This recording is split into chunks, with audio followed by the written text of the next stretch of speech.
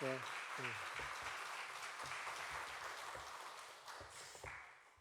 목사님이 옛날 이야기를 하는 거 보니까 나이가 들어가는 것 같습니다. 그렇죠? 예. 캐나다 갔으면은 여러분들하고 좋은 기회를 못 가질 뻔했습니다. 오늘 말씀 제가 한 번 더 읽도록 하겠습니다.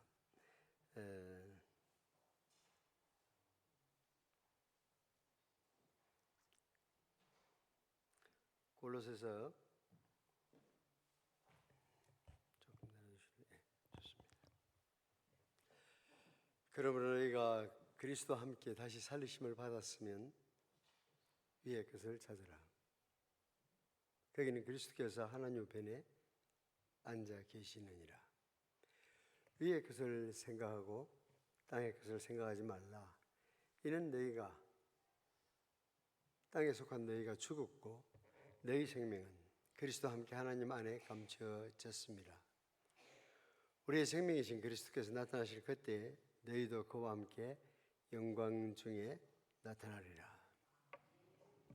오늘 우리가 읽은 말씀은 사실 골로새서 전체에서 가장 핵심적인 부분입니다. 뿐만 아니라 기독교 진리를, 놀라운 기독교 진리를 말하고 있습니다. 위의 것을 찾으라는 명령의 배후에는 놀라운 진리가 감추어져 있습니다. 다행히 성경이 참 좋은 것은 하라, 명령만 해도 우리는 해야 돼요. 왜 내가 해야 돼요? 우리가 이렇게 맞짱 뜰 상대가 아니잖아요, 말씀하시는 분이. 근데 하나님께서는 한 번 더 쉬고 하라고 그러면 해, 이러질 않더라고. 그래서 저는 하나님을 참 좋아해요. 하나님은 설명을 해주셔요, 친절하게. 그래서 명령만 하지 않고 왜 그 명령을 했는지 이유를 설명해주고, 때로는 그렇게 하면 어떻게 어떤 복을 받을 것인지에 대해서 자상하게 일러주셔요. 이 할아버지가 요즘도 자전거를 타거든요. 근데 오늘 주일이니까 지난 월요일날, 지난 주일날 울산 와서 집회하고 올라가서 이제 용산역에서 자전거를 인수인계 받아가지고 춘천에 갔어요. 춘천에 가서 자전거를 타고 양평까지 와서 하룻밤 자고 또 이렇게 학교까지, 경기도 고향까지 왔어요. 첫날 탄 게 84km, 둘째 날 탄 게 85km. 너무 신기하잖아요. 딱 중간이 그렇게 중간에 잘 수 있다는 그것도 뭐 미리 재본 것도 아니고 너무 감사해요. 그런 일이 딱 만나면 하나님께서 나를 간섭하고 있구나, 이런 생각을 하거든요. 가끔 우리 동네 두산이라고 범서읍 두산인데요. 거기도 산이 좋습니다. 그래서 모터가 있는 자전거기 때문에 가지고 올라가서 가끔 탈 때가 있어요. 그래서 아내의 마음이 좀 이렇게 졸이죠, 그렇죠? 사고 치지 않을까, 이런 생각 때문에. 근데 이제 하루는 자전거를 탔는데 요즘 돈 있는 사람들이 쓸데없는 짓을 많이 하거든요. 묘를 손질을 하는데 그게 다 불법으로 자연 훼손을 시키기 때문에 이렇게 비 오는 날, 공무원들이 안 나올 날 공사를 해요. 그러면 뒤처리를 깔끔하게 하지 않고 흙이 울퉁불퉁 해가지고 자전거를 타고 내려오는데 잘못하면 넘어지겠더라고요. 그래서 내가 기도했어요. 하나님, 넘어지지 않도록 해주십시오, 기도했는데 뒷날 아내하고 같은 길을 걸으면서 산책을 하면서 그 이야기를 했더니 아내가 그러더라고요. 내가 같으면 그런 기도 안 들어주겠다 이러더라고요.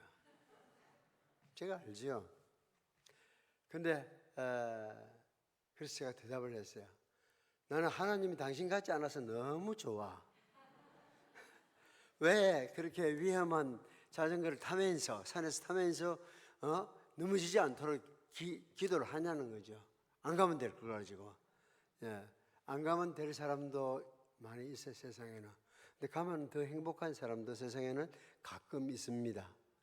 아내는 물론 남편이니까 그런 이야기를 하겠죠. 그러나 저는 하나님이 우리 아내보다 마음이 넓다는 데 대해서, 자비롭다는 데 대해서, 그 말도 안 되는 그 같은 기도도 들어주신다는 데 대해서 늘 기쁘게 생각해요. 우리 하나님께서는 그럼 해야죠, 우리가. 그런데 그렇게 말하지 않고 반드시 왜 해야 되는지, 그리고 그렇게 하면은 어떤 복을 받는지 소리를 격려해 주셔요. 그래서 이렇게 딱 써서 출입 금지 그렇게 써붙여 놓은 거 보면은 조금 기분이 저는 안 좋아요. 설명해 주세요. 왜 거기를 출입하지 않아야 되는지. 세상이 이렇게 변하기를 저는 바라고 있는 사람입니다. 오늘 우리가 읽은 골로새서는 2000년 전 바울이 현재 터키 남부에 있는 조그만한 골로새라는 도시에 보낸 편지입니다. 혹시 여러분 중에서 소아시아, 그러니까 터키 쪽 여행을 성지순례를 가보신 적이 있다고 하더라도 틀림없이 골로새는 안 갔을 것입니다. 골로새를 들리는 팀들은 없어요. 가이드가 그나마 좀 성경적인 지식이 있다 그러면은 여기서 저쪽으로 가면은 골로새가 있습니다라고 이야기해주면 그건 굉장히 탁월한 가이드일 거예요. 그때도 조그만 도시였어요. 별 볼일 없는 도시였어요. 그런데 이 골로새에 보낸 편지를 우리가 지금 읽고 있는 겁니다. 우리가 읽은 부분을 잘 이해하기 위해서는 반드시 앞뒤 문맥을 살펴야 됩니다. 그래서 골로새 3장 1절부터 4절은 골로새 1, 2, 3, 4절 3, 4장 중간에 딱 들어있어 가지고 이렇게 문을 열면은 축과 같이 굉장히 중요한 부분이 골로새 1절부터 3장 1절부터 4절입니다. 비록 4절밖에 안 되는 짧은 구절이지만은 중요한 전환점이 되는 부분. 한편으로는 지금까지 말해온 1장, 2장에서 말해오던 교리 부분을 요약하고, 다른 한편으로는 그 앞에 말한 진리의 근거에서 이렇게 살아야 한다 이야기를 좀 펼쳐가기 시작합니다. 1절 있지는 않지만 5절 그리고 12절 앞부분에 보면은 무슨 글자가 있어요? 그러므로라고 하는 글자가 있죠. 제가 3장 1절부터 17절까지 다 읽고 나서 어떻게 세 부분으로 나누면 좋을까요? 했더니 5절부터 12절부터 이렇게 나누면 된다 그러더라고요. 그래서 어떻게 하셨어요? 하고 물었더니 동그라미가 있다더라고요. 그게 문단에 표시인 동그라미가 나와 있다는 거죠. 그런 사람은 이제 찍기를 잘하는 사람입니다. 근데 자기 실력으로 말할 수 있는 사람은 그러므로라고 하는 접속사가 그 앞에 나오고 있는 것을 알 수가 있습니다. 지금 바울은 골로새 성도들이 그리스도와 함께 죽은 것만을 상기시키지 않습니다. 그리스도와 함께 다시 살리심, 일으키심을 이야기를 하고 있습니다. 예수 믿는 사람은 어떤 사람입니까? 누굽니까? 여러 가지로 성경에 따라서도 말할 수가 있을 것 같아요. 그러나 골로새 2장 3장을 가지고 말한다면 예수 믿는 사람은 그리스도와 함께 죽은 사람입니다. 그리스도와 함께 장사 지낸 사람입니다. 그리고 그리스도와 함께 일으키심을 받은 사람입니다. 그리스도인은, 좋은 그리스도인은 얼굴을 열심히 씻고 화장을 열심히 하는 것보다도 더 중요한 것은 내가 누구인지를 알아야 돼요. 근데 그거를 보면은 내 그 사람만 보입니다. 그러나 성경을 읽어보면은 내가 누구인지 알 수가 있습니다. 3장 1절에 보니까 너희가 그리스도와 함께 다시 살리심을 받았으면 그러므로 너희가 그리스도와 함께 다시 살리심을 받았으면 위의 것을 찾아라. 그렇게 명합니다. 너희가 그리스도와 함께, 그러므로 너희가 그리스도와 함께 다시 살리심을 받았으면, 그 그러므로라 하는 말이 2장에서 1장에서 했던 말을 지금 받아가지고 하고 있다는 것을 접속사이니까 그러므로 앞을 생각하도록 하는 겁니다. 그러므로 너희가 그리스도와 함께 다시 살리심을 받았다고 하면은 위의 것을 찾아라. 근데 다시 살아나기 위해서는 반드시 선행되어야 할 것이 있어요. 뭘까요? 다시 살아나기 위해서는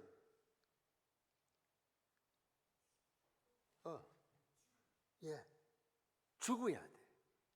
죽지 않고는 절대 다시 살아날 수가 없어요. 골로새 1장을 보니까 죽는 것만 이야기를 하지 않고 장사 지내는 것을 말하고 있어요. 그리스도와 함께 죽고 장사 지내고 그리스도와 함께 다시 살리심, 이 사건은 다 과거에 일어난, 우리가 예수 믿는 사람이 되었다고 하면 이미 우리에게 일어난 사건들이에요.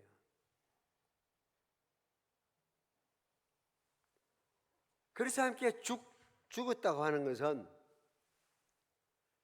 자기의 옛 자아에 대해서 신경을 안 쓰는 거예요. 존심 상한다고요? 그건 아직 자아가 살아있다는 이야기입니다. 죽고 나면은 죽은 사람은 더 이상 그런 일에 신경 쓰지 않아요. 그러다가 죽은 다음에 장사까지 지내버렸으면은 더 이상 옛 삶에 대해서는 관계하지 않는다니까요. 비가 좀 부슬부슬 내리는데 혹시 여러분에게 소중한 분 가운데서 이미 땅에 묻힌 분들 있습니까? 한번 마치고 한번 오늘 모임 마치고 찾아가 보세요. 할머니 저 왔어요. 그래 왔냐? 절대 대답 안 한다니까. 할머니 손녀 왔어요 이런데도 대답 안 하셔. 일단 죽고 나면은 그전 삶에 대해서는 관계가 다 단절되는 거예요. 아니 이렇게 죽으면 끝날 걸 가지고 우리 시어머니 나를 못 살게 했다고 그렇게 말해도 아무 말 안 해. 그렇잖아요. 좋은 그리스도인은 누가 자기 자신의, 누가 여러분을 향해 손가락질을 해도 신경 안 써. 난 죽었기 때문에. 그리스도와 함께 죽었고 그리스도와 함께 장사 지내버렸다고 하면 그런 사람만이 그리스도와 함께 다시 살아날, 여러분이 새 사람이 되었다고 하는 것은 옛 사람이 죽었다는 걸 전제하고 하는 말입니다. 옛 사람이 죽은 적이 없이 새 사람이 될 수 있다고요? 천만에. 그럴 수는 없습니다. 그러면 우리가 그리스도와 함께 다시 살리심을 받았다고 하면은 위의 것을 찾아라. 그렇게 말하고 있습니다. 옛 사람을 벗어버리라, 새 사람을 입으라는 명령을 발할 준비를 각각 하고 있습니다. 오늘 우리가 읽은 부분 잘 살펴보면 1절, 2절과 3절, 4절로 나눌 수가 있습니다. 1절은 세 짧은 구절로서 이루어졌습니다. 그리스도와 함께 다시 살리심을 받았으면 하는 조건절이 나오고 이어서 위의 것을 찾으라는 명령이 나오고 있습니다. 2절에는 명령이 두 개예요. 가만히 보면 뭐라고 되어 있죠?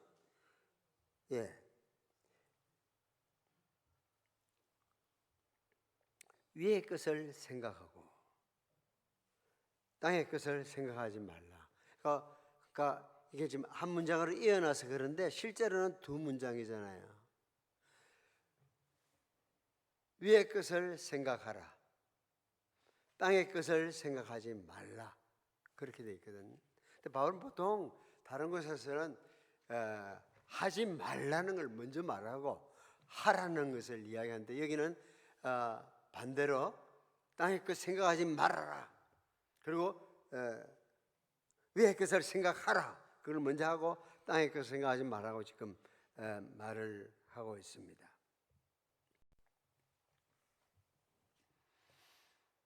3절 4절에서는 이는이라고 하는 접속사가 다시 나오고 있습니다. 그렇죠?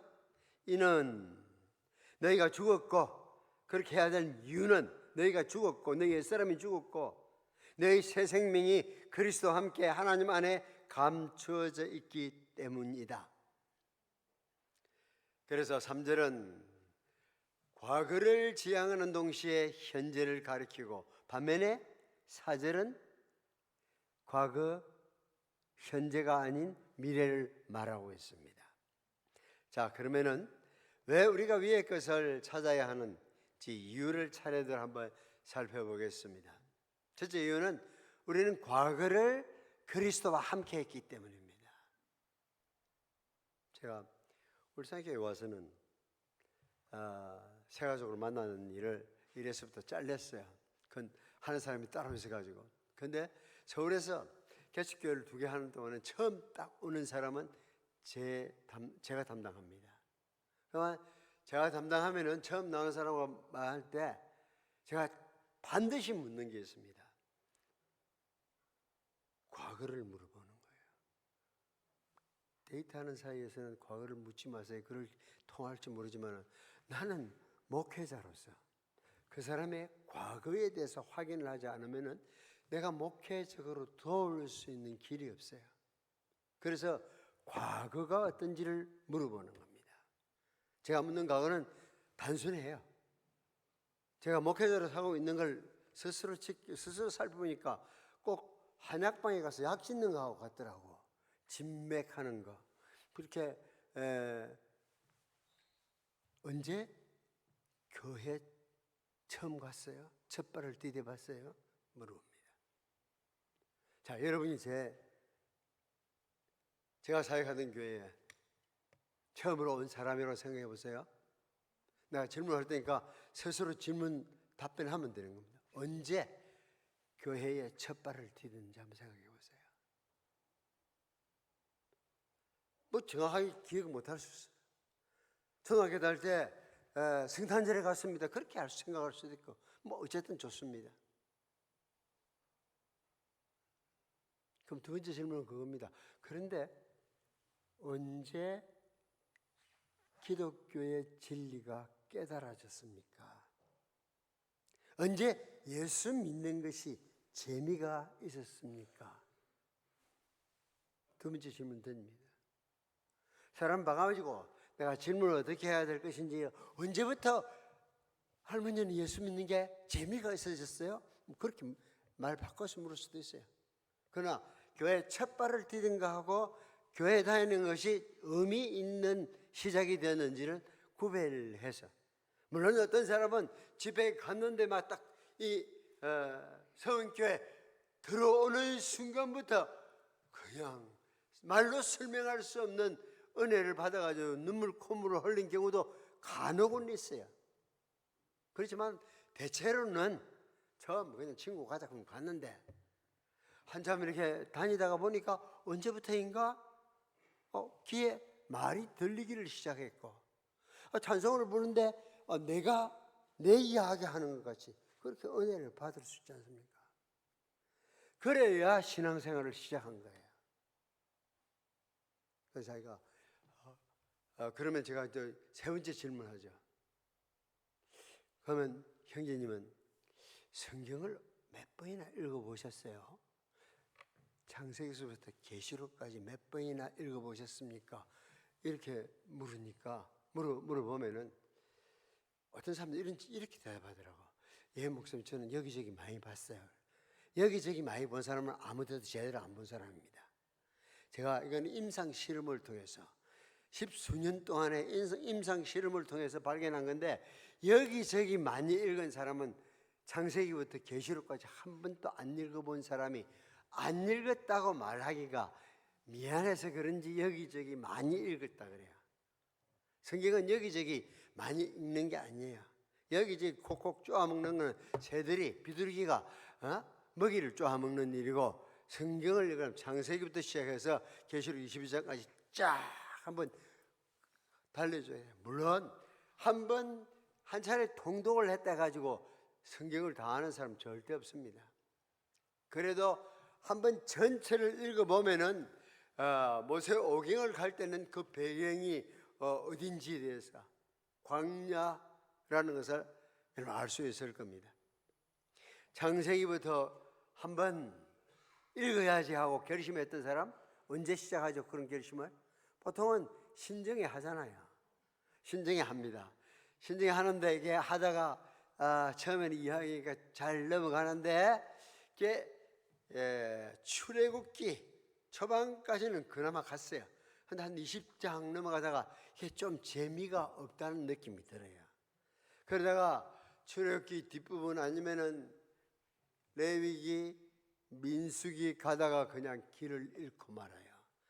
제일 위험한 것이 광야에서 길을 잃는 겁니다. 생명이 달려있는 문제니까요. 그런데 하나님께서 또 대한민국 사람을 복 주시기 위해서 신정만 있는 게 아니에요. 우리는 뭐가 있죠? 구정 있잖아, 구정. 그래서 한 번 더 새해 복 많이 받으세요 하는 것 때문에 또 한 번 결심하고 출발할 수 있는, 그러다 보면은 한 해가 지나가고 또 새해가 오면은 작년에도 내가 실패했으니까 올해는 한번 결심하자, 이렇게 해서 성경을 읽어 나가는 겁니다. 왜 그걸 묻느냐 하면은 광야를 지나는 것은, 모세 오경을 다 이렇게 넘어가는 것은 아무나 자기 결심만 되는 게 아니고, 광야를 지날 때는 낮에는 무슨 구름기둥, 밤에는 불기둥이 안 내려, 하나님의 은혜가 함께 해야 창세기, 출애굽기, 레위기, 민수기, 신명기 통과할 수가 있습니다. 틀림없이 아까 여기 섰던 사람들 가운데서 한두 명은 조금 찔리는 사람이 있을 수 있어. 왜냐하면 여기저기만 많이 봐가지고 창세기, 출애굽기, 레위기, 민수기를 다 아직 못 읽은 사람이 있을 것 같아요. 읽어봐야 돼요. 그런데 그렇게 질문을 이제 하면서 물어봅니다. 자기는 예수 믿은 지 벌써 4대째 된대요. 그런 대답을 하는 사람들에 대해서는 제가 조금 주시를 하죠. 예수 믿고 나서 삶이 바뀌어야 되는데, 그 사람들이 생각할 때 자기는 4대째 된 집안에서 태어나서 본래부터 착했대. 그거는 내가 그 사람 말을 믿어야 될 것인지, 성경의 이야기를 믿어야 될 것인지, 목사로서 이제 결정을 해야 되잖아요. 목사는 그렇게 답하는 사람을 믿는 사람이 아니고, 성경이 뭐라고 하냐면은 사람은 태어날 때부터 뭐라고요? 죄인이라고 그러죠. 죄인으로. 나는 신학교에서 공부할 때는 날 때부터 사람이 죄인으로 태어난다는 것이 그렇게 실감을 못했어요. 근데 장가를 가서 아들을 2개 낳아보니까 얼마나 둘이서 싸우는지, 초등학교 때도 싸우고 중학교 들어가서까지 싸우는데, 정말 죄인은 사람은 죄인으로 태어나구나 하는 것을 제가 이제 현실 속에서 알게 된 것입니다. 날 때부터 자기는 착했다, 그 말은 아직까지 자신을 보지 못하고 있으면은 자기는 착해 보여. 우리 청년부터 저 인간 저거 뭐 없으면 좀 재미있을 것 같은데, 그렇게 손가락질 할 수 있는 대상이 보이면은 그 손가락 한 개를 그 사람을 가리키는데 나머지 손가락은 자기를 가리키고 있다는 것을 알아야 됩니다. 그래서 우린 가을을 함께 죽고 함께 장사 지내고 함께 살아난 이 과거를 같이 해야 됩니다. 골로새 2장 12절 보니까 또 죽은 자들 가운데서 그를 일으키신 하나님의 역사를 믿음으로 말미암아 그 안에서 함께 일으키심을 받으셨느니라. 골로새 2장 20절에는 너희가 세상의 초등학문에서 그리스도와 함께 죽었거든. 12절에는 너희가 세례로 그리스도와 함께 장사되고. 여러분은 그리스도인이라고 하면은 그리스도와 함께한 과거를 가지고 있습니다. 함께 죽은 그분과 연합함으로 말미암아 여러분은 그분과 함께 살아납니다. 함께 장사지는 그분과 연합함으로써 그분과 함께 일으키심을 받았습니다. 과거에 일어난 것입니다. 그와 함께 그리스도와 함께한 여러분의 죽음이 옛 사람으로부터, 옛 질서로부터, 옛 세상으로부터 여러분을 단절시켰다고 하면 그와 함께한 여러분의 부활이 새로운 하늘 질서에 여러분을 편입시켰습니다. 그래서 예수 믿는 사람 보고 위의 것을 추구하라고 성경이 명하는 것입니다. 위의 것을 추구한다는 말은 무슨 말일까요? 하나는 세상 사람과 다르게 사는 것입니다. 세상 사람들하고 다르게 사는 것입니다. 또 하나는 지금껏 살았던 것처럼 살지 않는다는 것입니다. 세상 사람들 어떻게 사는데요? 세상 사람들이 자기 마음대로 살아요. 교회 와가지고도 매주 교회 오는데 자기가 예수 믿는 사람이라고 착각하는 사람들이 있어요. 왜? 주일만 나오잖아요.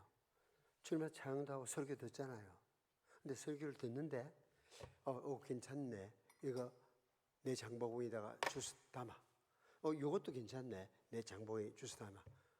그리고 뭐 딴 건 보고 그냥 지나가 버리고. 그렇게 설교를 들으면은 여러분 크리스찬 아닙니다. 크리스찬은 주님의 종들입니다. 선포되는 하나님 말씀에 대해서 내가 받아들이고 말고 결정할 수 있는 게 아닙니다. 울산교회 지금부터 한 28년 전에 제가 왔는 것 같아요. 울산교회 박두홍 목사님이 은퇴하니까 나보고 후임으로 오라고 이제 연락이 온 겁니다. 제가 그 카드를 처음 받은 사람이 아니고 내 앞에 서는 사람이 받았어요. 근데 앞에 분들은 다 똑똑했어요. 왜냐하면 박두홍 목사님만큼 그 시대에 존경받는 사람이 없었거든, 목회자로서. 앞에 담임 선생님이 잘하면은 뒤에 담임 선생님이 고생하는 거 여러분 혹시 압니까? 고생하게 돼 있는 거예요. 그러니까 부산에 어떤 분은 가겠다고 했어요. 못 가겠다 했어요. 이걸 3번, 4번 반복하고 결국은 안 왔어요. 그분에게 대답을 듣는다고 시간이 지나가다 보니까 마침내 이제 급하니까 저 정릉사 꼴짝이는 나한테까지 카드가 넘어온 겁니다. 생각을 해보니까 가야 돼? 말아야 돼? 이건 내 머리를 쓰면 안 돼요. 종은 순종하는 종이라야 하나님이 기뻐하지. 이게 자꾸 돌려가지고 가면 어떨 것인지. 정말 내가 버틸 수 있을까? 말까? 이런 걸 머리를 자꾸 돌리게 되면 주님이 기뻐하지 않아요. 제가 생각해보니까 저는 그동안에도 살아올 때 주님의 종이라고 스스로도 생각하고 다른 사람도 나를 통해서 그렇게 나를 보고 불렀는데 종이 머리를 쓸 게 아니고 이 부름이 주님으로부터 왔는가 아닌가 그것 내가 알아. 그걸 기도하면서 확인하는 것밖에 없어요. 그래서 주님이 불렀다고 생각하면 가는 거예요. 저도 순간적으로 좀 박 목사님이 빨리 내가 답을 안 해서 그런지 전화를 하시더라고요. 그래서 정 목사 교육관도 지어놔놓고 그때 막 교육관도 지어놓고 이제 일할 수 있는 준비를 다 해놨으니까 와라. 그래서 제가 박 목사님 후임으로 가는 데는 사실 부담이 있어서 아직 답을 못하고 있습니다. 이랬더니 하시는 말씀이 목회는 은혜로 하는 게 아니가 이러더라고. 들어보니까 말 맞잖아요.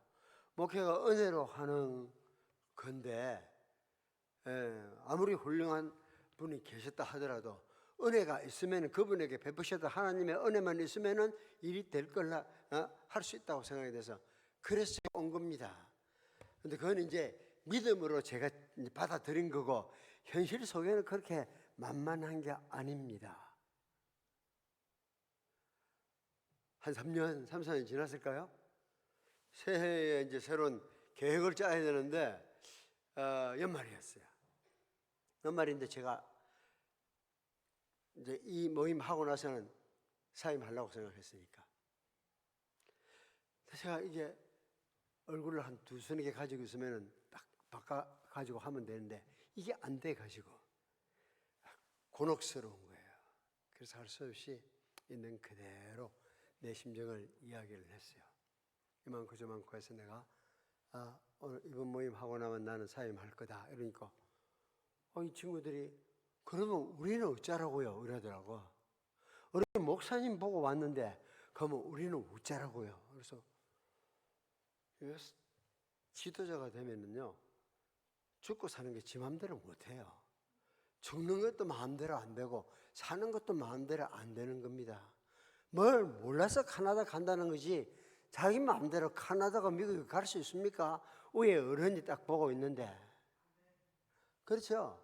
안 갔으니까 살아남아 있는 거지. 갔으면은 지금쯤 이제 나이는 힘은 빠져가고 이삿짐 옮긴다고 얼마나 고생했을지 상상해 보십시오. 그래서 내가 부교 기도를 그랬죠. 그러면은 같이 한번 기도하자. 오늘 저녁 금식하고 기도하자. 그래서 이제 금식 기도에 들어갔어요. 저는 담임이니까 착실하게 약속을 지켜서 기도하고 있었는데 10년이 지난 뒤에 정보가 들어왔는데 그때 저거는 12시 돼가지고 통닭 사 먹으러 나갔대. 그렇지. 젊은 사람들이 저녁을 못 먹으니까 얼마나 배고플 거예요. 기도는 담임 목사가 하고 있을 거니까 자기네는 믿음 가운데서 가가지고 그냥 통닭 떠듣던 겁니다. 그걸 10년이라는 세월이 지나가니까 내 귀에 들리더라고. 그러니까 시효가 범죄 시효가 딱 사라지는 기간이 되니까 이야기를 하는 겁니다. 여러분 위의 것을 추구한다는 것은 첫째 세상 사람들하고 다르게 사는 겁니다. 세상 사람들은 자기가 마지막 결정을 해. 내가 결혼할 것인지 말 것인지 자기가 결정을 해.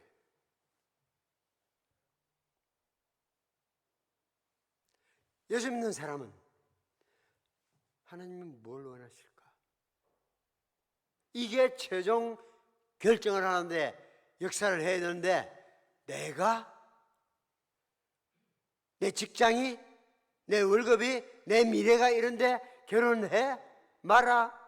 그래요. 그러면 자기 믿고 사는 거예요.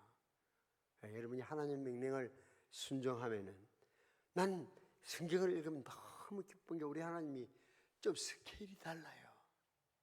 홍해를 쫙 가르잖아요. 광야를 통과시키잖아요. 이 하나님을 알고 시작하면은 두려울 것이 없어요. 전능하신 하나님을 믿기 위해서 우리가 비 오는 날, 그것도 5월 5일 이 좋은 날, 이게까지 나온 거 아닙니까? 서원교회는 희망이 있는 것 같아요. 청년들이 살아있고 청년들이 어디로 가야 할지 알면 되는 거예요. 그렇죠? 하나님 앞에 함께 기도하면 돼. 하나님하고 부르짖으면은 어떤 지도자보다도 어떤 담임 목사보다도 하나님이 조금 수가 높다는 거 여러분 믿으십니까?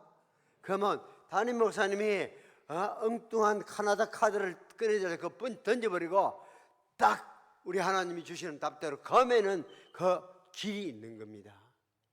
하나님께서 여기까지 인도하신 거 제가 옆에서 지켜보니까 정말 하나님이 살아있다는 것을 여러분 자신이 이 서원교회가 여기 존재한다는 그 자체가 하나님이 살아있는 역사의 결과라고 저는 믿습니다. 세상 사람들과 다르게 살아야 되고 지금껏 살아온 것처럼 살아서는 안 돼요. 그러면은 저희를 그 찬양할 때는 그나마 좀 뭔가 있는 것 같았는데 집에 가면은 또 푹푹 해야 되고 하얗게 밤을 새워야 되고 밤을 하얗게 새우지 말고 부르짖으면서 한번 세워보세요. 지금도 하나님은 살아계시고 역사하시는 분입니다. 저는요 중학교 3학년 졸업했을 때 아버지가 2월 달에 돌아가셨어요.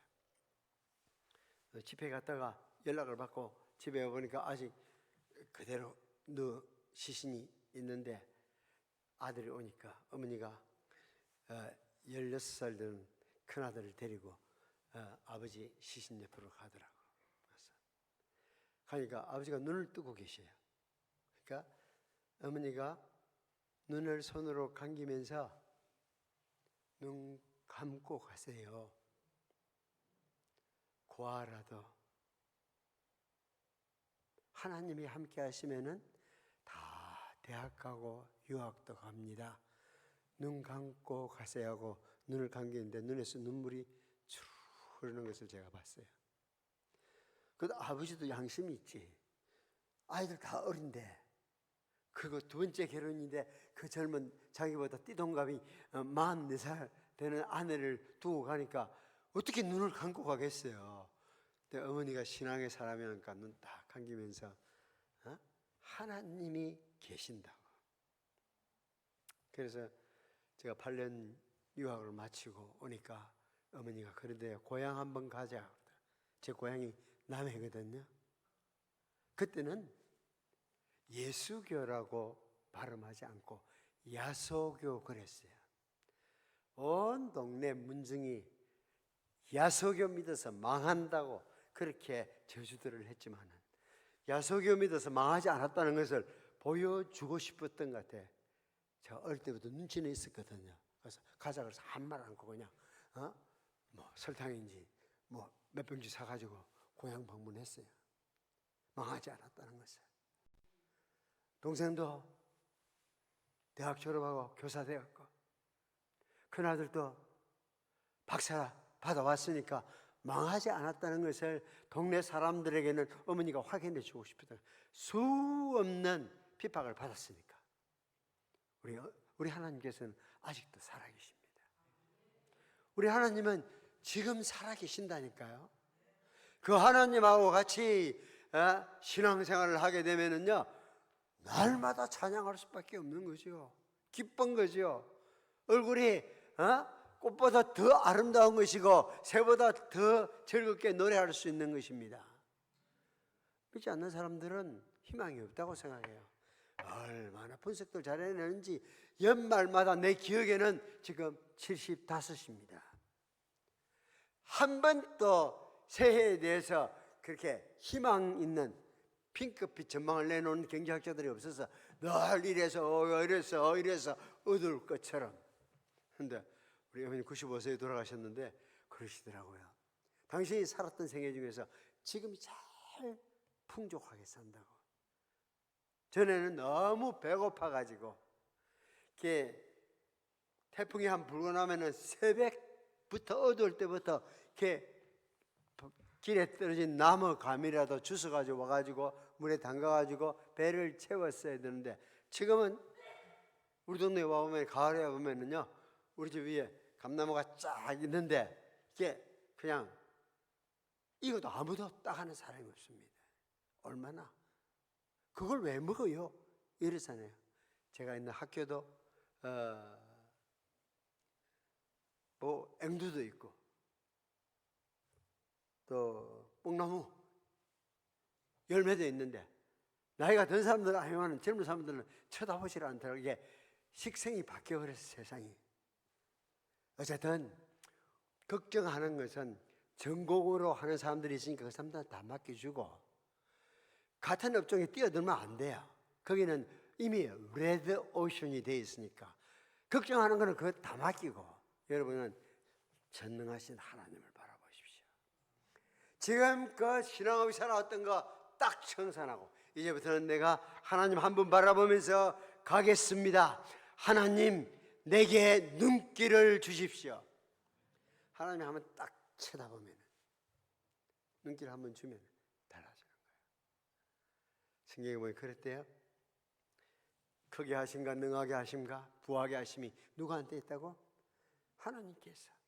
하나님이 딱 바라보고 결심하면 그래 네 눈물 내가 봤어 이러면 끝나는 겁니다. 그러면 끝나는 거예요. 그리스도인은 더 이상 자기 마음대로 자기가 골라 담아가지고 말씀을 듣고 선택하는 것이 아니고 하나님 말씀 무조건 아멘 아멘. 그 다음 일은 주님이 책임져 주십시오. 나는 말씀에 순종하는 것만 내 몫으로 알겠습니다. 나머지는 주님 책임입니다. 우리의 옛사람은 내 생명 끝났고 주님이 주신 새 생명으로 살기 때문에 주님 뜻대로 이제는 살아야 합니다. 우리 관심사가 아니라 주님의 관심사에 마음을 쏘아야 돼요. 배우자에 대해서 생각을 할 때 기준들이 다 이렇게 쉽지 않은 것 같더라고. 그런데 어떤 사람이 참 쉬운 항목을 가르쳐 줬어요. 돈을 잘 벌 것인지 아니면 이쁜지 뭐 이런 걸 가지고 생각하면 어려운데 딱 하나, 형제를 남편으로 생각하는 형제를 생각할 때는 저 사람이 좋은 아빠가 될 것인지, 자매를 생각해 저 사람이 좋은 엄마가 될 수 있는 사람인지, 그렇게만 결정하면은 단순해진다고. 남자들은 무조건 이뻐야 된다고 믿지만은 그렇게 안 믿고 살았던 남자들 아무도 없어요. 그렇게 믿고 살았던 남자들도 다 땅에 묻힐 거예요. 상관이 없어요. 딱 누가 주님을 더 사랑하는지 내 주변에 있었어요. 전 그거 하나를 물었어요. 물론 우리 어머니가 생각하는 며느리 상하고는 다르죠. 어머니가 내 10대 초반부터 13살, 14살 때부터 내하고 아들하고 밀당을 하더라고. 네 아내는 내 허락을 받아야 된다 이러더라고. 그래서 내가 펄쩍 뛰었죠. 이건 우리 정시 가문의 법이 아닙니다. 누님 7명이 다 자기 원하는 사람하고 결혼했는데 내가 왜 어머니 원하는 사람을 데리고 와야 됩니까? 안 됩니다. 이러니까 우리 어머니 말씀 잘 하시거든요. 내가 뭐라고 하냐면, 누구 누나들은 그 집 가서 살 거니까 지가 원하는 대로 가도 괜찮다. 그렇지만은 네 처는 내하고 같이 살아야 될 사람이니까 내 허락을 받아야 된다는 거죠. 말은 맞는 것 같은데 제가 거기서 눌리면 안 되잖아요. 절대 나는 누나 7이가 갔던 그 자유 권한을 행사하고 싶습니다 이랬는데, 막상 결혼할 나이가 20대가 딱 되니까 또 어려운 카드를 하나 엄마가 딱 끄집어냈는데, 그게 뭐냐면은 나는 키 작은 여자는 싫다. 이게 웃는 사람들은 제 아내가 키가 얼마나 되는지를 알고 있습니다. 물론 제 아내의 키도 하늘을 찌르지는 않지만은, 사람의 키라고 하는 것은 발바닥이 땅에 닿으면 돼. 발바닥이 땅에 닿기만 하면은 어쨌든 키가 하늘에 닿는 사람 아무도 없잖아요. 그런데 어쨌든 어머니가 딱 키 작은 여자는 싫다고 그러는데 어떻게 하겠어요? 어떻게 하필이면은 엑스트라 스몰 사이즈를 제가 편지 썼죠. 편지를 쫙 써서 일필휘지하여 어머니께 편지를 써. 어머니, 내가 지금 한 사람 데리고 갑니다. 근데 어머니가 네 27에는 결혼하라 이러더라고. 사람도 안 정해주고 식장도 안 정해주고 아무것도 정한 거 없이 27에는 결혼해라. 26살이니까 이제 사람은 정해야 될 거 아니에요. 효자니까. 그래서 편지를 써서 다 보냈어요. 어머니가 집에서 키우는 돼지는 중요한 것이 무게입니다. 무게에 따라서 값이 매겨지니까 무게가 중요하지만 사람은 무게나 아니면 키나 이런 걸 가지고 사람을 평가할 수는 없습니다. 사람은 그렇게 하는 것이 아니고 첫눈에 어머니가 보면은 만족스럽지 않을 것 같습니다. 그러나 받아주시면은 어머니가 살면서는 우리 아들이 잘 골랐다 하고 인정하게 될 날이 올 겁니다. 그리고 결혼을 했어요. 10년, 20년 지나면서 아들도 둘 낳고 잘 살았는데, 그냥 20년쯤 지나가니까 궁금해졌어요. 왜냐하면 그렇게 키 작은 여자 안 된다 그랬는데 아무 말 없이 통과시킨 게 그게 너무 수상해가지고 제가 물었죠. 어머니가 키 작은 여자 싫다고 그랬는데 왜 인사시키러 갔을 때 아무 말이 없으셨어요? 그러니까 딱 어머니가 나를 향해서 정색을 하더니 그럼 내가 어쩌란 말이고, 그럼 내가 어쩌란 말이고. 안 믿는 집에서, 믿는 집으로 이제 결혼하기 위해서 인사를 시키러 왔는데, 믿는 시어머니 내가 키 작다고 너 하면은 그 집에 예수 믿겠냐? 언제나 당신은 심플했어요. 삶이 전도 거기에서 그냥 당신이 말 못했다는 것이요. 그리고 세월이 흘러가서 어머니가 몇 년 전에 한 9년쯤 됐는데 돌아가셨습니다. 친인척들이 왔다 갔잖아요. 그런데 돌아가신 뒤에 어떤 분이 어머니 이야기를 전해주더라고요. 어머니가 당신 며느리에 대해서 평가한가?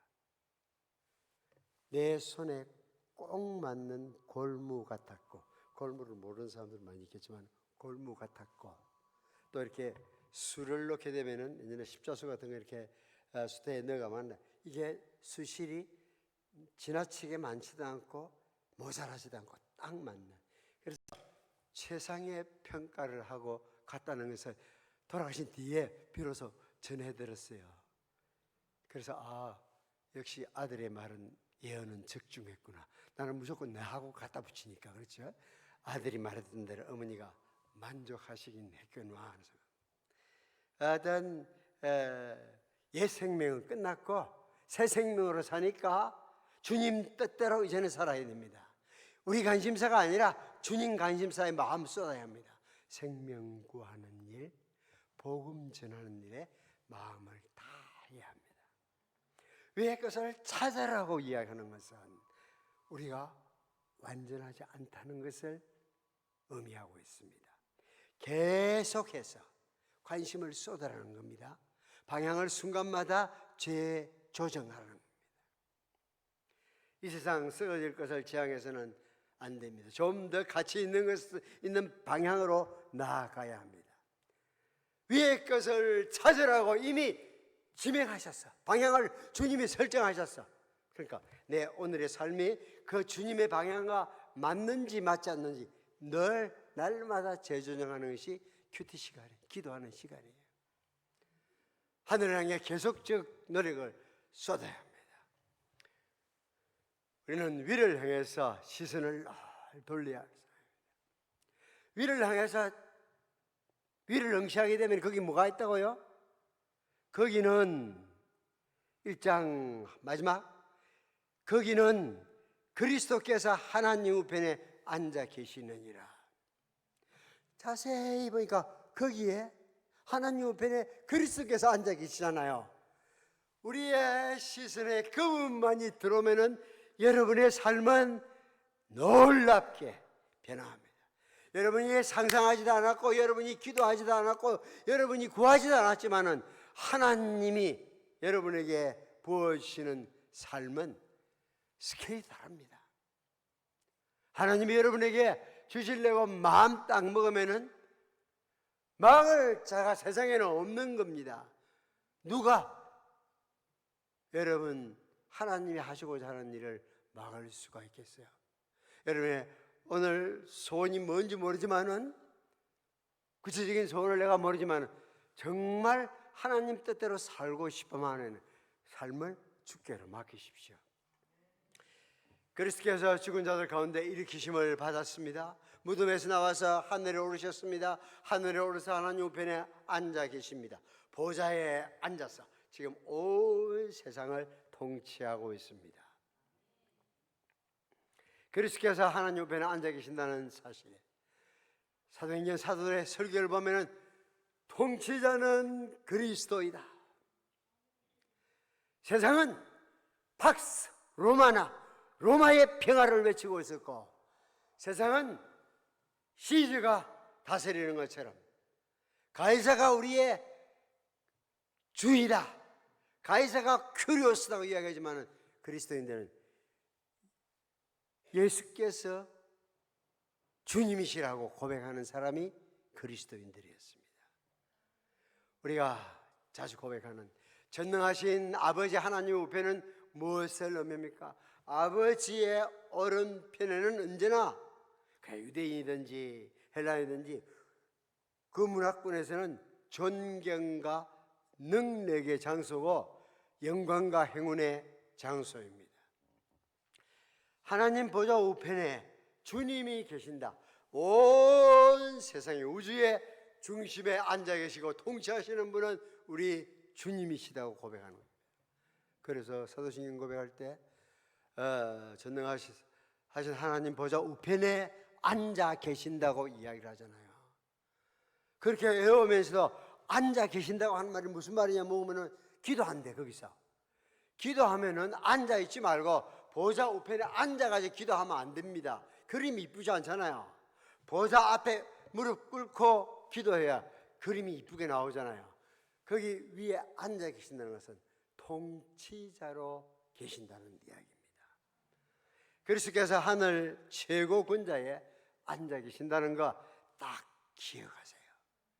그래서 제발 위에 것만 생각해라.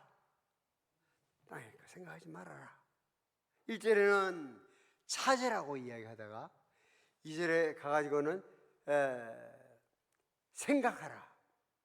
생각하라는 것은 아주 집요하게 끈질기게 생각하라. 자, 이런 겁니다. 마음에 드는 자매가 나타났다고 한번 생각해 봅시다. 우리 남자들이 주로 이쁜 여자가 나타나면 꽂히거든요. 그러면 만나 눈에 딱 들어왔는데 집에 오면서 그냥 잊어버립니까? 그러면 인연이 끝나는 거예요. 집에 오면서도 헤어졌는데 집에 오면서도 계속 생각하는 거예요. 방문 열고 집에 들어갔는데도 생각이 안 떠나요. 내 방에 들어가서 불 딱 끄고 입을 뒤집어 쓰는데도 생각이 안 떠나요. 그게 여기서 말하는 생각하다이다는 겁니다. 집요하게 생각하라는 것입니다. 아니, 삶이 그렇게 낭만적이지 못하다고요? 그래서 각박한 세상을 살기 위해서 혹시 주식 투자라든지 뭐 이런 코인 투자 이런 거 하시는 분 있습니까? 그런 사람들은 생각을 뭐 하죠? 잘 때도 내일 일어나서도 지금 등폭이 어떻게 되는지 그게 계속 생각. 틈만 있으면 회사 일하다가도 보잖아요. 그게 생각하라는 이야기입니다. 그리스도께서 하나님의 보좌 우편 존귀와 능력의 좌소에 앉아 있습니다. 하늘이 우리의 생각을 가득 채우도록 생각해 보면 아니 그냥 자신을 잘 정직하게 관찰해 보면 나는 뭘 주로 많이 생각하는가? 오늘 저녁 먹을 걸 많이 생각하는가? 아니면 내일 날씨가 좋아져서 자전거 탈 걸 생각하는가? 아니면 낚시할 것을 생각하는가? 다 알잖아요. 뭐가 내 생각을 가득 채우고 있는가? 그게 여러분의 내일을 결정하는 겁니다. 하늘이 여러분의 생각을 가득 채우도록 하십시오. 별거 아닌 일 이래야 되고 저래야 되고 이거 먹어도 되고 저거 먹어도 되고 이거 걸쳐도 되고 저거 걸쳐도 되고 그런 거 별로 중요하지 않습니다. 사람이 무엇을 생각하느냐는 어떤 삶을 사느냐를 결정합니다. 여러분 염려하며 생각하는 건 뭡니까? 하늘에 속한 것입니까? 땅에 속한 사소한 것들입니까? 성경은 위의 것을 찾으라, 위의 것을 생각하라 그렇게 말하고 있습니다. 두 번째 질문, 왜 그리스도인들은 위의 것을 찾아야 합니까? 두 번째 이유는 우리는 현재를 그리스도와 함께하고 있기 때문이에요. 과거 죽고 묻히고 일으키심 받은 이 과거뿐만 아니라 지금도 현재를 그리스도와 함께하고 있다. 이는 너희가 죽었고 너희 생명이 그리스도와 함께 하나님 안에 지금 감추어졌습니다. 너희가 죽었고 너희 생명은 지금 그리스도 안에 그리스도와 함께 하나님 안에 감추어져 있다고. 그리스도인의 생명은 이미 과거에 그리스도와 함께 했어. 지금도 그리스도 안에 감추어져 있어요. 나하고 그리스도는 쌍둥이 태아처럼 딱 같이 있고 하나님의 생명사기 안에 있는 거예요. 그러니까 나를 해치려고 하면은 그 하나님의 생명sak에 있는 그리스도를 해치지 않고는 아무도 우리를 건드릴 수가 없어요. 놀라운 사실을 믿으시기 바랍니다. 근데 이 생명은 장차 주님 오실 때 만천하에 나타날 생명입니다. 우리의 생명이 그리스도와 함께 하나님 안에 감춰졌다는 것은 안전하다는 거예요. 아무도 해하지 못한다는 거예요. 그러므로 기뻐하십시오. 내가 주 안에 있다는 사실로 인해서 즐거워하십시오. 주께서 여러분과 생명을 나눈 관계입니다. 여러분의 생명은 하나님 안에 안전하게 감추어졌습니다. 아무도 찾아낼 수도 없고 아무도 해칠 수가 없습니다. 물론 한날 영광 중에 나타날 것입니다. 지금 하늘 장막 비밀한 곳에 감추어졌습니다. 저도 남자다 보니까 가끔 이쁜 여자들에 대해서 눈길이 가더라고요. 저는 그러지 않는 줄 알았어요. 중학교 때는 나는 누구나 똑같은 평범하게 누구를 대한다고 생각했어요. 그런데 내가 우리 선교회 있으면서 제 자신을 잘 관찰해봤어요. 그런데 우리 선교회 2,000명씩 출석하는 교회마다 그렇게 되니까 내가 누가 누군지 압니까? 그렇다고 내가 한 사람 한 사람 묻는 것도 아닙니다. 그런데 딱 찾아가서 당신이 누구며 어느 구역에 속해 있느냐고 물었던 사람은 1. 이쁜 사람이다. 아니 보통 사람이 누구겠습니까? 여러분 답을 다 알고 있습니다. 이쁜 사람이더라고요. 보니까 아내가 그걸 깨우쳐 주더라고. 당신은 그 말은 그렇게 생각하고 있는데 실제 한번 보라는 거예요. 그렇더라고 내가. 그래서 내가 그렇게 내 생각보다 내가 착한 사람이 아니구나. 나도 한 남자에 불과하구나. 그러니까 예쁜 사람에 대해서 눈길이 가게 돼 있고 그러다 보니까 아비가일이라는 여자가 제 머릿속에는 떠오르더라고요. 그렇죠? 일단 미모가 탁월했어. 그리고 머리가 됐어. 지금 다윗이 엄청 화내가지고 군사를 이끌고 와서 완전히 그 집을 작살 내려고 지금 달려오고 있는데 딱 와서 무릎 꿇고 엎드렸습니다. 누가 이 영예에 대해서 그렇게 이야기가 돼요? 수업 시간 늦게 돼서 교수님이 야단치려고 딱 쳐다봤는데 그 인물 앞에서 야단을 못 치고 말았다고. 완전히 다윗이 끝장난 겁니다. 딱 엎드려가지고 하는 말이 그 이름이 얼마나 적절한지 모릅니다. 나발이라고 안 합니까? 그 미련한 나발을 밟아가지고 그렇게 하시면은 하나님께서 이스라엘을 당신에게 맡겨줄 때 무지한 피를 흘렸다는 개인적인 욕망에 따라서 사람을 죽였다는 힘이 있다고 그렇게 했다는 비난을 정치적 부담을 안아야 됩니다.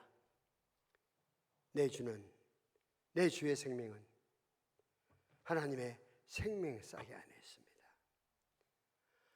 이러니 다윗인들 어쩌겠어요. 이쁜 데다가 머리 똑똑하죠. 조목조목 자기가 그렇게 해서는 안 된다는 거. 그래서 먹을 거 싸가지고 지금 왔잖아요. 정말 하나님의 생명싸개 안에 감추어져 있다는 거. 이건 마지막 표현입니다. 그만큼 안전할 수는 없다는 겁니다. 다윗을 보고 지금 당신 도망다니고 있는 도망자 신세지만은 당신은 하나님의 생명싸개 안에 감춰져 있습니다. 아무도 당신을 해할 수 없습니다. In His time, 주님의 때에 당신은 이스라엘의 왕이 될 것입니다. 이렇게 이야기하잖아요.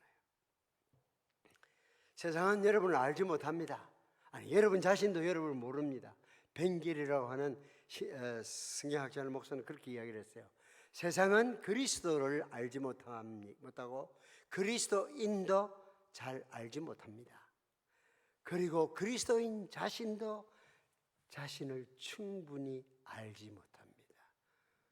우리가 얼마나 영광스러운 자인지 주님이 우리가 딱 나타나면 주님의 얼굴에 그냥 환한 웃음이 피어난다는 것 생각하면은요, 다른 사람이 날 쳐다보든 날 어떻게 이야기하든 아무 신경 쓸 게 없어요. 가장 존귀하신 그분이, 나의 생에 가장 귀하신 그분이 내가 눈에 들어오는 순간 얼굴이 환히 밝아지고 입이 귀에 걸리면은 그게 전부잖아요. 다른 사람들이 어떻게 하든 신경 쓸 것이 없는 거예요. 여러분의 생명은 하나님 안에 그리스도와 함께 감춰져 있다는 이 사실은 이중성백처럼 안전합니다. 왜 우리 생명은 그리스도와 함께 했습니까? 함께 죽었기 때문이고 함께 새 생명으로 일으킴을 받았기 때문입니다. 왜 우리 생명은 하나님 안에 있습니까? 그리스도 자신이 하나님 안에 자기의 존재를 두고 있기 때문입니다. 그러므로 그리스도께 속한 우리는 우리의 존재가 하나님의 생명사계 안에 있어요. 걱정 아무것도 할 게 없습니다. 위험한 일 많지요. 사실 그런 것을 생각하면은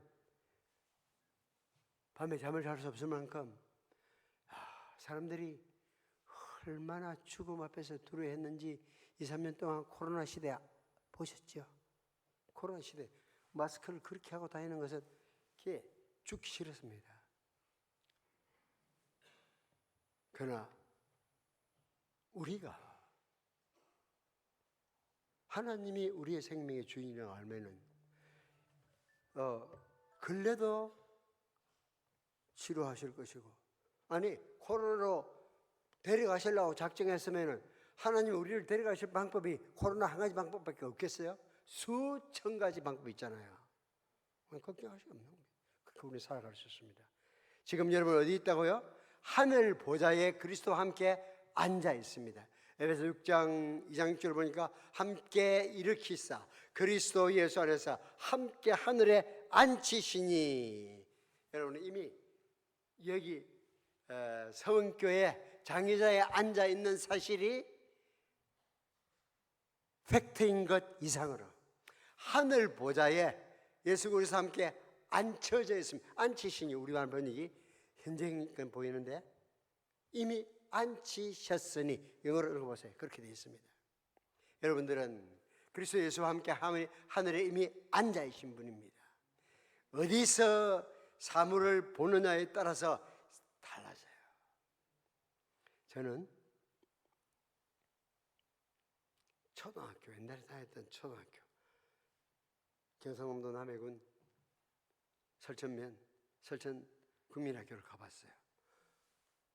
너무 땅이 적어졌더라고. 왜? 땅값이 올라서 천만에. 요키에서 바라봤던 그 운동장의 크기하고 여기서 바라보는 운동장의 크기, 느낌이 확 달라지는 겁니다. 어디서 어느 지점에서 세상을 바라보느냐에 따라서 달라지게 돼 있어요. 마지막으로 세 번째, 왜 위에 거 찾아야 합니까? 우리는 미래를 그리스도와 함께 했기 때문입니다. 4절 한번 같이 읽을까요? 시작.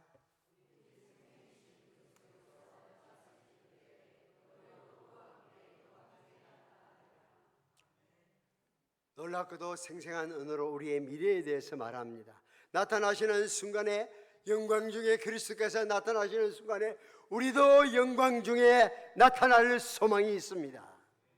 영광스러운 미래의 극치의 순간을 강조하고 있습니다. 오늘 본문에서 네 번째로 그리스도의 이름이 등장하고 있습니다.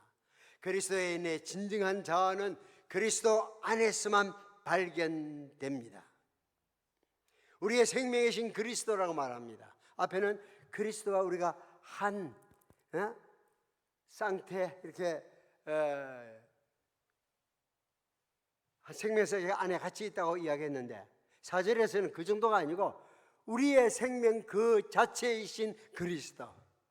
한 단계 더, 처음에는 하늘 위의 것을 봤을 때 하나님 우편에 그리스도만 계셨어요. 두 번째로 응시해 보니까 그리스도와 함께 우리가 있었어요. 여기 세 번째 장면에서는 우리의 생명이신 그리스도. 이걸 여러분이 묵상하게 되면은요, 여러분 스케일이 달라져요. 그래서 형제들은 이것만 살펴가지고는 승산이 안 나와요. 이거 가지고는 여러분이 더 열심히 살피는 사람들이 있거든요. 그리고 자매들 오늘 이렇게 비 오는 날 이렇게 나와서 찬양까지 했는데, 제가 보너스 없이 가기에는 좀 미안하잖아요. 그렇죠? 특별 보너스 준비했는데 어떻게 하면 이뻐질 수 있을까요? 어떻게 하면은? 하나님 말씀을 묵상하면 이뻐지게 돼 있어요.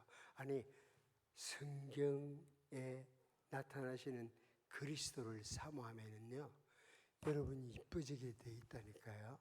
사랑을 하면은 이뻐진다 그러잖아요. 태평양 화학에서 아직까지 그 사실을 모르는 것 같더라고. 알았어도 모른 척 해야지. 팔아먹어야 되니까. 저하고 집사람하고 나이가 동갑이면 75입니다. 38인지 9인지 그 어느 학교 고등학생 동기 모임, 크리스찬 동기 모임 갔는데 어떤 친구가 그러대요. 창선아, 네가 제일 안 늙어 보인다 이러더래요. 그러면서 덧붙인 말이 재밌습니다. 보니까 뭐 특별히 바르는 것 같지도 않은데 네가 제일 안 늙어 보인대, 젊어 보인대. 왜요?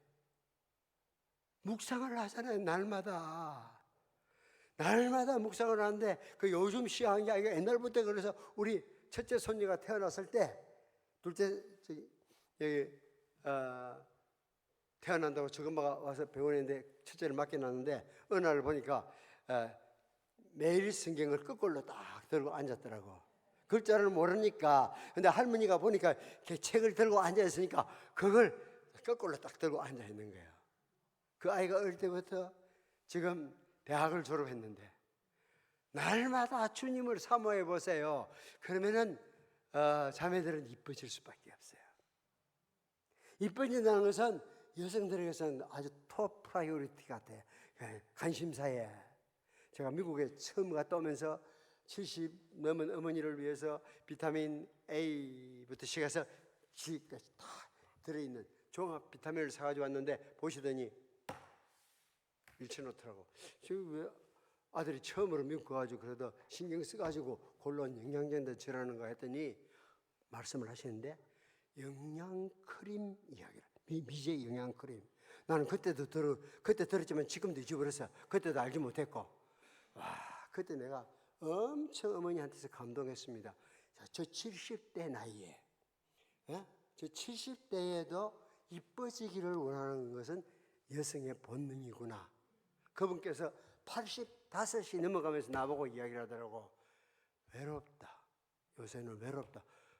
진작 이야기를 해야 아들이 대책을 세울 건데 85이 넘어가지고 외롭다 그러면 나 어쩌란 말입니까? 이런 심정이었어요. 이뻐지기 위해서는 주님의 말씀 속에 나타난 그리스도 그분을 사모하세요. 비전을 갖기 위해서는 말씀을 묵상하세요. 하나님이 누구인지를 알면은 세상이 두렵지를 않는 겁니다. 세상아 비켜라, 내가 간다, 그렇게 이야기할 수 있는 거예요. 홍해야 물러서라 하고 말할 수 있는 겁니다. 내 생명 그 자체이신 그리스도, 우리의 생명은 그리스도의 생명과 이제는 하나가 되어 있습니다.